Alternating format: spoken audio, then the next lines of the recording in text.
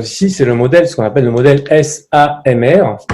Le modèle SAMR est assez connu des personnes qui s'intéressent donc au numérique, la pédagogie du numérique, et qui creusent un peu le thème. Donc pourquoi SAMR?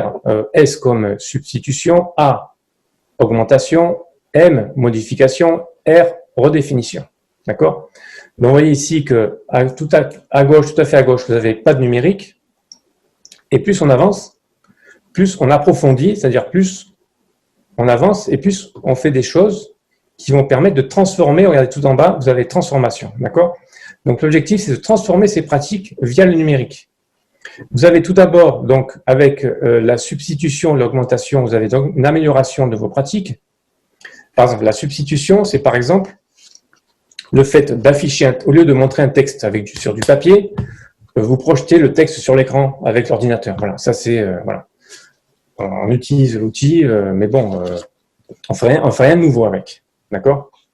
Voilà. Et plus on va à droite, plus on va vers une modification de ces pratiques via le numérique.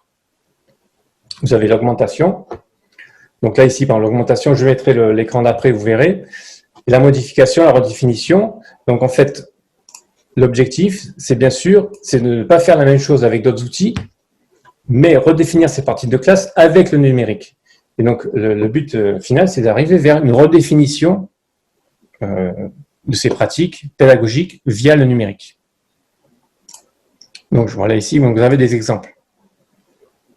Voilà, substitution, c'est par exemple, là, vous avez un exemple ici, utiliser un traitement de texte au lieu d'un crayon pour écrire. Bon, ça, c'est substitution, pardon, augmentation. Voilà, on propose des corrections instantanées grâce, bon, à l'outil Word, par exemple. Alors, modification, c'est là que ça devient intéressant. On va ajouter de l'audio, etc., la production écrite, on va pouvoir partager ensuite avec d'autres. Et la redéfinition, c'est qu'un exemple, la redéfinition, c'est par exemple ce qu'on appelle le travail collaboratif en ligne. Donc là, on ne pouvait pas faire ça avant. Et aussi, on va pouvoir s'entraider à distance. Donc ça, ici, on est en train de redéfinir ces pratiques via le numérique.